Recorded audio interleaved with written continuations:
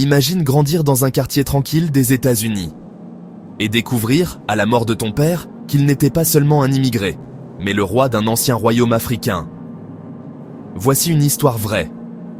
Une histoire qui bouleverse la vie d'un homme. Une histoire d'identité, de royauté et de vérité. John Mensah a grandi à Columbus, Ohio. Fils d'un immigré ghanéen, il n'a jamais su grand-chose de son père. Un homme discret, très respecté, mais toujours en retrait. Il travaillait comme professeur de mathématiques. John l'aimait, mais quelque chose clochait. Aucune photo de famille, aucun voyage au pays. Juste un nom et quelques récits vagues sur un village très ancien au Ghana. En 2012, son père décède brusquement.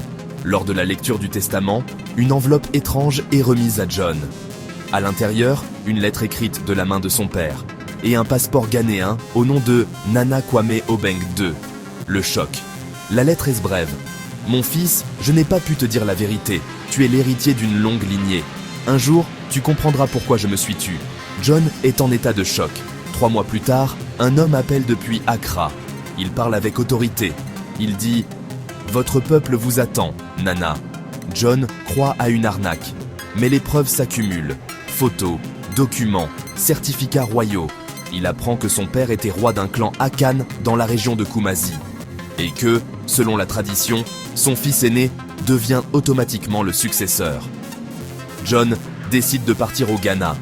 À l'aéroport, il est accueilli par des dizaines de personnes en tenue traditionnelle. On le traite comme un chef. On l'appelle Nana Mensah II. Il est conduit dans un village ancestral, au pied d'un baobab centenaire. Là, on lui montre le trône de ses ancêtres et les symboles de sa lignée.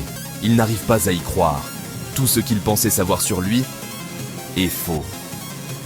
De retour aux États-Unis, John vit un déchirement. D'un côté, sa vie américaine, sa famille, son travail, ses amis. De l'autre, un appel puissant venu d'Afrique. Il finit par accepter son titre de chef coutumier, mais à distance. Il retourne régulièrement au Ghana pour les rituels et les cérémonies. Il finance des écoles, des forages, des bourses. Il veut honorer l'héritage, mais à sa manière. Aujourd'hui, John vit entre deux mondes. Il est à la fois citoyen américain et chef africain. Il dit « Je suis la preuve vivante que l'Afrique vit encore dans la diaspora ». Il publie un livre sur son histoire, « The King I Didn't Know I Was », et crée une fondation pour reconnecter les afro-descendants avec leurs racines royales. Ce n'est pas une légende, ce n'est pas un conte, c'est l'histoire vraie d'un homme devenu roi sans le savoir. Une preuve que nos origines nous rattrapent toujours.